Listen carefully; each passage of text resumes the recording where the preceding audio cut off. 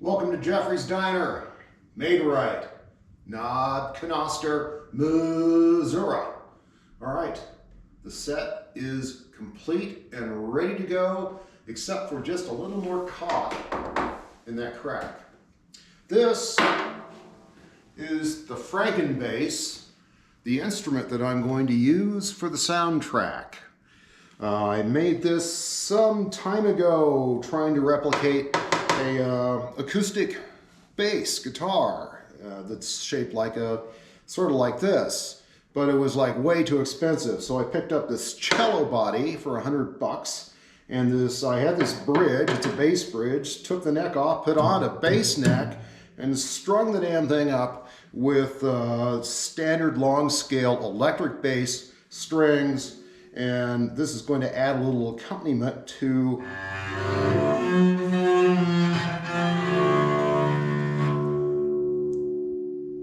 part of the soundtrack I'll do on the computer. More on that later. All right, here we are.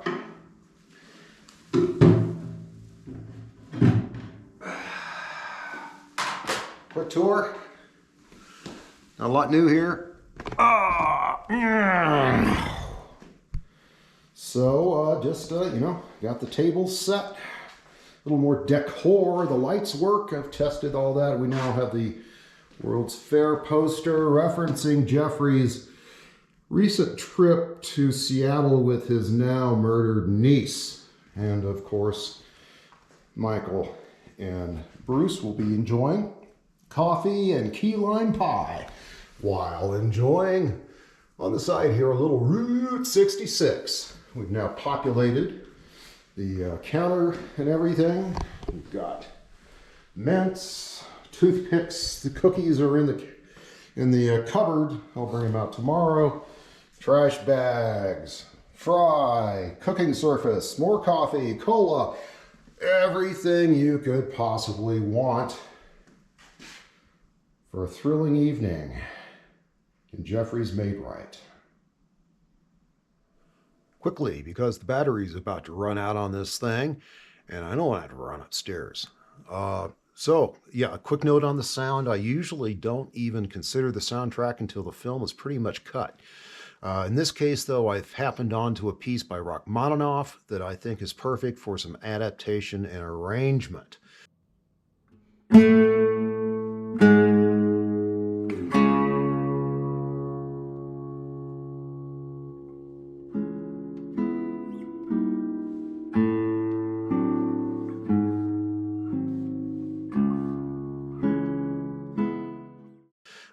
This is the MIDI file for that piece. It's his sonata in C sharp minor prelude is what it's called.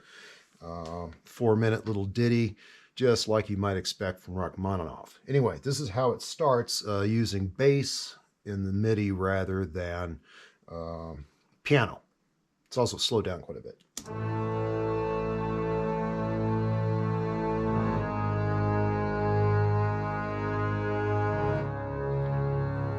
That'll be over the opening.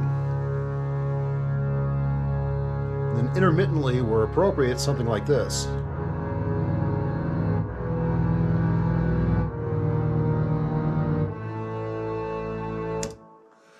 All with that Frankenbass cut in. Here and there, kind of for fills where appropriate. Atonal, scratchy, not very loud. I'm looking forward to this a great deal. It'll be a month before I actually get into this, but that's going to be the soundtrack. Well, you know what they say, never let a good set go to waste. I mistakenly actually went back and added up the cost of building this thing in my garage, and I really don't even want to admit to it. But anyway, let's say it was more than I thought. A lot more than I thought. In any case, it turned out well, so I'm pleased, but I'd like to squeeze a little more action out of this puppy.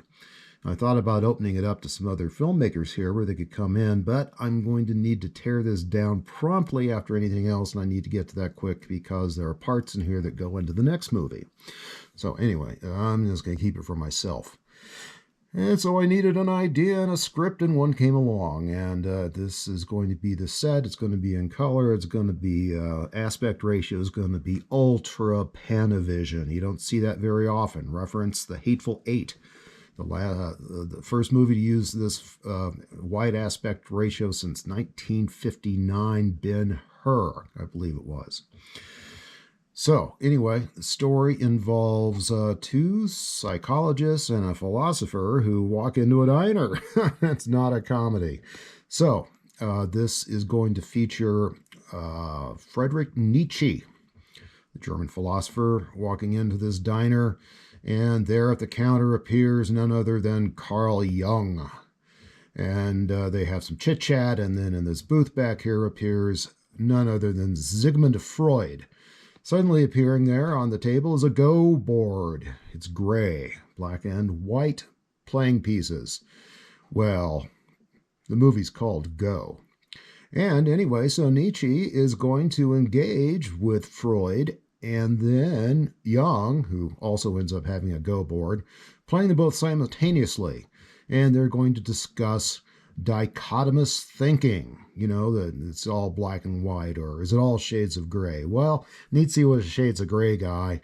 Jung and Freud both embraced aspects of dichotomies, even though they weren't thrilled with them, and Freud thought they were kind of a problem in thinking sometimes. But they recognize that that's how the brain works oftentimes, and so that is the social reality for them.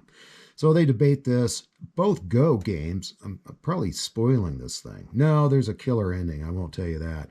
Anyway, both Go games end up in a tie, and these three gentlemen have to somehow reconcile, this thing or that thing, and it all comes down to what Nietzsche actually meant when he said God is dead. It's not really what you think. It was a little more nuanced. Anyway, we're going to explore that over the course of under 10 minutes.